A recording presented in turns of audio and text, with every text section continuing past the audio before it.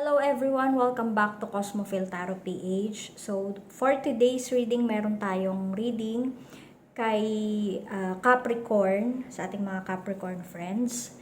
And this is for October 16 to 22. So, malalaman natin kung anong message for the entire week para sa ating Capricorn friends. So, just a simple reminder, ito po ay collective reading. So, hindi po lahat ng Capricorn maitatap natin ng energy. So, pakikuha lang po kung ano yung nag-resonate sa inyo. So, Capricorn, meron tayong the snow. Meron din tayong the silent. The big. Parang nakapikit lahat ng cards mo, Capricorn, no? So, the illusion. Ayan. Ito, the snow. Parang may feeling ako na nafe-feel mo ngayon, Capricorn, na ikaw ay parang, kumbaga, hindi naman totally malamig, no? Parang malamig yung sitwasyon o hindi, parang meron kang something ngayong na pinagdadaanan na, kumbaga, parang iniisip mo na walang progress, naka-stuck ka. Yon. Tapos meron ditong the silent. Parang lagi ka nakapikit, Capricorn, lagi ka bang nag-iisip? So, paki-confirm nga kung lagi kang nag-iisip, no? Ayan, the silent. So, kahit anong pagdaanan mo rito, Capricorn, you are just a silent type of person. Hindi ikaw yung nagsasabi lagi, no? Parang instead na i-share mo sa mga family members, mas siguro meron kang pinag-sharean pero yung isang tao lang na malapit sa'yo. Possible na ito ay kapatid mo. Pero sa parents mo, parang hindi ko sure kung kaya mo sabihin. Parang hindi, no? Ay, iba lang ha. Tapos meron ditong the big. Yun nga, ang dami mong iniisip kasi meron ditong the big. So, ano kang mag-isip, Capricorn, advance, no? Parang instead na ipagpawalang bahala mo na sabihin mo bahala na, hindi pwede. Kailangan mong kumbaga mag-isip ng plan B, ganyan, hanggang maaari nga plan C, meron ka. Kasi you think really big, no? Tapos meron ditong the illusion. So, parang sinasabi mo, hay, kailan ba ito matatapos? Yan. So, kapit lang, Capricorn, because you will be awakened, no, from the illusion. So, itong illusion na to, possible to na yung mga struggles mo kasi, no? So, masosolusyonan siya, Capricorn, and kapit. Kapit lang, just think bigger kung ano yung, not to overthink, but to think bigger. Kasi, uncertainty kasi, hindi natin yan maiwasan. So, kailangan meron kang mga options para at least hindi ikaw yung mahirapan sa bandang huli kung ano man yung magiging result. Ayan. Tingnan pa natin ano pa. Submission. Meron tayong karmic message. Tapos, meron din tayong love. And we have learning. Ayan. Kaya pala. Okay. Meron ditong submission, no? So, possible na kasi nga you think really big this week kasi parang very crucial sa point mo, no? Di ko alam kung ano yung pinag-iisipan mo ng maigi. Pero may situation ka na pinagdadaanan dito na parang meron siyang karmic message.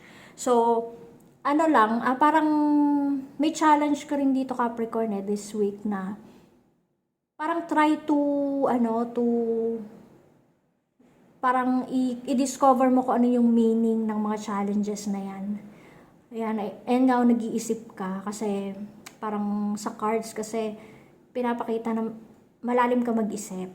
So, kayang-kaya mo yung solusyonan, Capricorn, no? Basta't, ayan, meron pa rito para kang tiger na, kumbaga, biglang merong flowers na sumulpot sa kanya. So, makakahanap ka dito ng solution, Capricorn. Makakahanap ka rin ng kasagutan kung ano yan. Parang meron kang kakayahan na i-discover ko ano man yung meaning niyan or kung ano talaga yung message niyan sa'yo, no? Para at least ma-overcome mo. At the same time, there is love, tapos may learning. So, you are being loved by your guardian angels. Kitang-kita naman. So, you are loved kasi iniisip mo lang na parang hindi ka, kumbaga, parang sinasabi mo na parang lagi ka nga naka-stuck. So, ano ba talaga? Yan. Parang, nangihingi ka na ba ng tulong? Ganon. Pero, the cards are saying na you are loved by your guardian angels, spirit guides.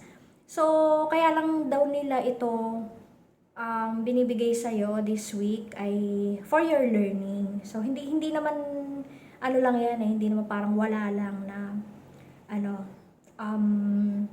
parang trip lang or parang nahihirapan ka, ganyan. Hindi. It's just because of your learning din. Kasi meron kang ma-discover din dito sa sarili mo eh. So, accept it as a challenge. Kasi, hindi ka naman magiging strong kung hindi ka pahihirapan muna, di ba? Yung mga ganong kasabihan na kailangan mo munang mag-suffer para marami kang matutunan. Kasi kung pinapagaan nila yung buhay mo, hindi ka matututo. Okay? So, let's see kung ano pa. Ayan, optimism, o diba sabi sa'yo. Meron ka ditong optimism. So, energy of fire. Si Aries, no? Be confident. Kasi kung iniisip mo na hindi mo kaya, hanggang doon na lang talaga. But, kaya mo naman. You just have to be brave. Tapos, kasi yung ibang Capricorn, parang meron silang issue sa pagiging confident. Yung ganon, yung parang mababa sila sa self-esteem. Ayan. Parang, this is the right time, Capricorn, to change kung ano man yan, no? Ayan, philanthropy, progressive imaginings. So, progressive imaginings. Kaya pala nakapikit ka rito lagi, no? Tapos may mga iniisip ka pa na gusto mong tulungan, pero, di ba yung ganon? Gusto mong tulungan, pero parang, limited pa yung iyong kakayahan sa ngayon.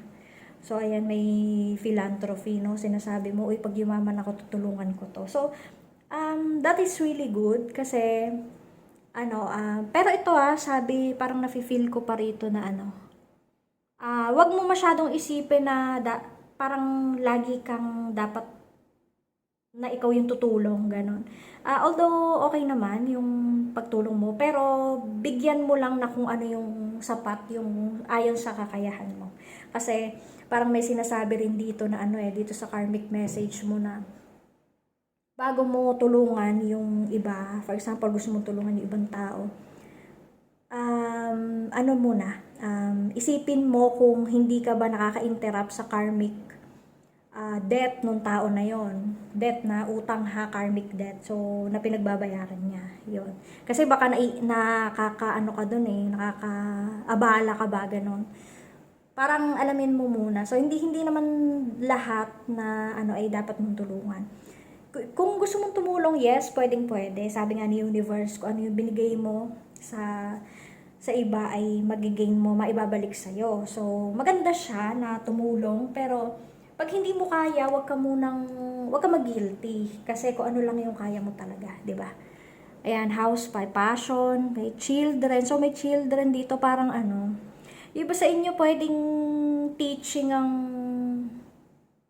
trabaho, spiritual teacher, kahit anong teacher kasi meron ditong may play, may children, tapos may creativity, kasi yung mga teachers, alam naman natin na very creative sila sa klase, di ba? Lalo kung mga bata yung tinuturuan. So, possible na yan din yung magiging work mo or mapapasok ka sa ganyan this week. Ayan, Virgo, integrity, reverence, and service. So, na-embody mo rin yung ni Virgo na yun nga, just because of this karmic message na gusto mo philanthropist ka, Capricorn, and that's a good idea, no? That's a good parang service sa universe. Meron ka rin ganyang eksena na parang yung iba sa inyo ay sinasabi na parang yun nga, because of this siguro teacher ka, possible na spiritual teacher, pastor, or teacher talaga sa school, yung mga ganong yung parang meron kang kakayahan na to lead. Yan, pwedeng yan din yung iyong soul purpose na pwede kang nagseserbisyo talaga sa iba, no? And for your love life, tingnan natin. Uy, love talaga. Oh. Dalawang beses lumabas yung love. So, this is a confirmation na ito from the angels, no? Pwede rin sa family, pwedeng sa friends na love. Tapos, when it comes to your love life, and unconditional love, ayun, self-love. Pwedeng this pertains to ano ha. Hindi naman ito yung talagang makakahanap ka na. Doon sa iba, pwedeng partner talaga siya. Na literal na merong magpaparamdam. Pwedeng may dadating sa inyo ngayon. But for the others, pwedeng ano, parang attractive kayo ngayong week na to. And yung self-love, yun nga sabi, confidence, di ba, optimism. Love your first kasi dyan ka mamahalin ng ibang tao kapag ka nakita na bakas sa'yo na mahal mo yung sarili mo. Okay, love yourself first. Ayan. Yun lang, Capricorn. Thank you for watching.